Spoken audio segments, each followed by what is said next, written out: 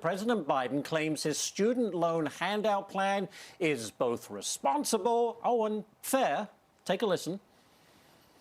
I believe my plan is responsible and fair. I find it interesting how some of my Republican friends who voted for those tax cuts and others think that we shouldn't be helping these folks. So the outrage over helping working people with student loans, I think is just simply wrong, dead wrong. Dead wrong, huh? Well, South Carolina Congresswoman Nancy Mace joins us now. Good morning to you.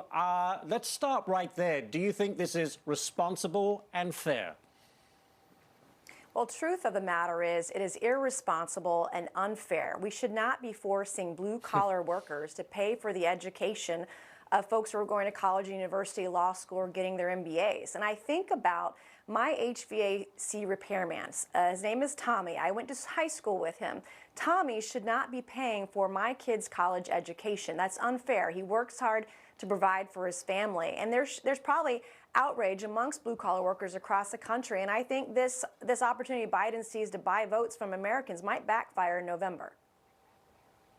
Well, I'm glad you mentioned that. That was my next question. You know, some critics do argue that this is purely an effort to buy votes. But do you think it's going to work? And why do you think it's going to backfire?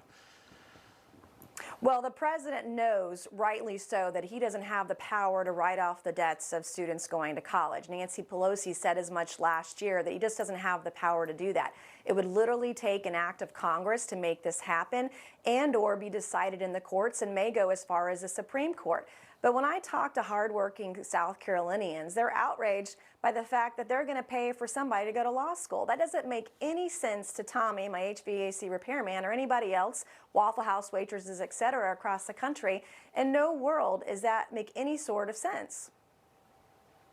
You know, it's interesting. I was just looking at this University of Pennsylvania Wharton budget model. That's quite a mouthful. It says even with the income gap, it gives 69% of the benefits to borrowers in the top 60% of income distribution. So you're giving a $90,000 bonus to doctors, a $55,000 bonus to lawyers. I mean, how is that reasonable and fair? It's just not. No, it's not at all. And where's the focus on vocations? We have millions of Americans across the country who are struggling for work, who are struggling to get their children educated so they can get a good job when they graduate from high school. Many Americans can't afford to go to college because taxpayers have subsidized college and thus prices have gone up. That's where our focus really should be in this country, and it's just not. Do you think this will end up in the courts, to your earlier point?